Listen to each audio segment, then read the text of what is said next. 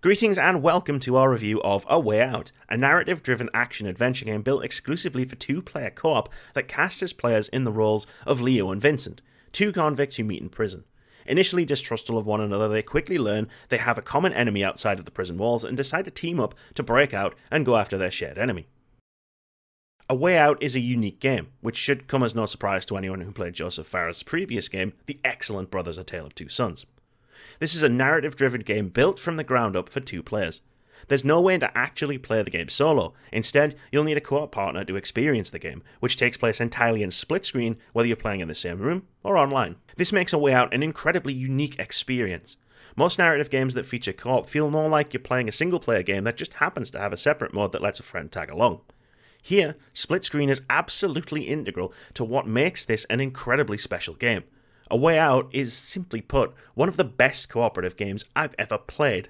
It certainly helps that Leo and Vincent have two incredibly distinctive personalities, which, when coupled with some top-notch writing and acting, really makes you feel like you're inhabiting an actual person rather than just manipulating an avatar in a video game. After a short amount of time playing as Leo, I was able to slip in the role quite easily, and I know my co-op partner can say the same about Vincent. It probably helped that we picked the two personalities quite closely aligned to our playstyles to begin with too. Leo is impulsive, reckless, and prone to using violence as the first and only option. Vincent is more cautious, preferring to talk his way out of a situation rather than escalate it. Take a scene with a laundry cart as an example. To gain access to a cart, you'll need to get past an inmate who is responsible for distributing said carts. Depending on which player approaches this character, you'll get two different solutions. Vincent will slyly talk his way into borrowing a cart, Leo will punch the character in the face and lock him in a cupboard. Both effective, and both very much in character. It's very easy to get a feel for how each character would act in different scenarios and have that carry over not only in how you approach each section of the game, but in the conversations that we were having about how to approach them. During one moment that saw the pair attempting to remain incognito but almost get made in an elevator, we both pitched an idea on how to get out of said moment seconds before our respective characters pitched the same ideas. Because this is a game primarily driven by its narrative, connecting with both the story and its characters is incredibly important for the game.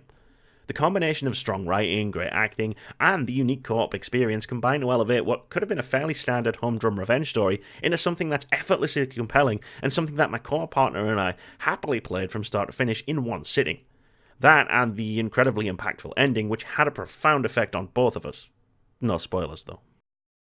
A Way Out is a brilliantly immersive experience, easily keeping both me and my co-op partner hooked right through its 6-hour runtime.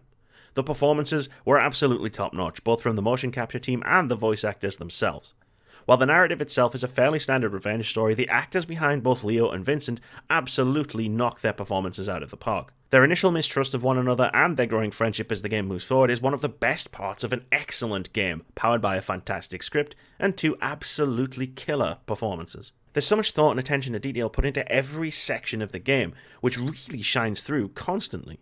Whether you're wandering around various environments finding minigames to play, engaged in a thrilling action set piece talking to NPCs, or playing basketball with your partner in crime's son while he wanders off for a chat with his wife, you'll be constantly engaged even if you're not heavily involved in any particular scene. While there are plenty of moments where one player might be the focus, there's never a moment where both players aren't having a good time. But it's the cinematic presentation of A Way Out that really steals the show. Game director Josef Fares got his start directing movies, something that really shines through in the jaw-dropping quality of some of the set pieces you'll encounter in the game. There's a sequence set in a hospital in the latter half of the game that ranks up there as one of the most thrilling action set pieces I've seen in a game like this. And as much as I want to say more about it, I definitely don't want to ruin the surprise if you haven't already played the game. The way in which Hazelight sets the camera up during cutscenes and set pieces results in plenty of memorable moments, helped by some really great visuals. While it isn't the most stunning game from a graphical fidelity standpoint, A Way Out features a pretty stylized art style that's coupled with some excellent motion capture and facial animations, which makes it a riveting dramatic experience. Even the way the split screen has been implemented is incredibly stylized, opting for a dynamic movement of the split rather than the usual static half-screen split, which allows the game to push its focus wherever it needs to at any given moment, as well as helping with the overall fantastic cinematic feel of the game. There are huge amounts of different gameplay elements to be found in A Way Out, with the game never really settling on one set of mechanics for too long before ditching them in favour of something else. Because the game has a very specific type of story to tell, it constantly adapts its gameplay to fit the set pieces and scenes you'll find yourself in, and if this means frequently changing up its style, then that's what the game does. Jumping from one set piece to the next will see you constantly being presented with something new. There are stealth sections, action sections, chase sequences, gunfights, fistfights, an array of environmental puzzles to solve, and tons more. While it has the potential to feel like a scattershot approach, it works really well because of how committed Hazelight are to the bit. Each new suite of mechanics flows organically from the narrative and makes complete sense, as well as keeping the gameplay constantly feeling fresh. By throwing so many varied types of gameplay at its players, these sections do need to be fairly basic and intuitive, lest the game be stuffed full of constant tutorials. It does mean there's nothing too in-depth from a gameplay perspective, but again, this works in A Way Out's favour. Most sections will give you a quick primer on the controls you'll need, and then get out of your way, and there really wasn't a moment where either of us were confused about what we were supposed to be doing or how we could do it. It's really solid game design that could have easily backfired or felt disorienting, but instead, it works to make A Way Out feel like a much better game.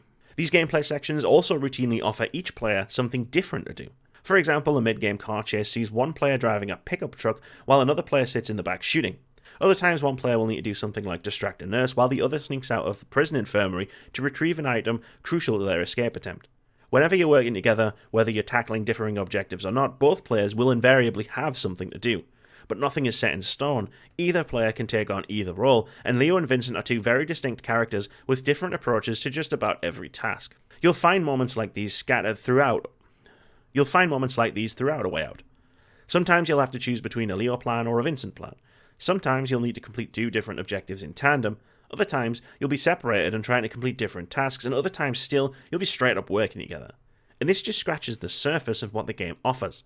What it all adds up to, however, is some incredibly organic teamwork, where the discussions you'll have both in and out of character about the best course of action will not only have a big impact on what happens next, but are some of the best parts of a brilliant experience. Lastly, if, like us, you like to get competitive with your co-op partner from time to time, A Way Out is also stuffed full of minigames and plenty of scorekeeping distractions that let you directly compete with your companion. These range from the unforgettable thumb-breaking button mashing of an arm wrestling contest or a gym workout, to rhythm-based minigames featuring a discarded banjo, to a fully fledged game of Connect 4. A Way Out is a brilliant co-op experience. If this had been a single-player narrative game with optional co-op, it would probably have been a good game. But in building this from the ground up to be played with another person, Hazelight have created one of the best cooperative multiplayer games I have ever played.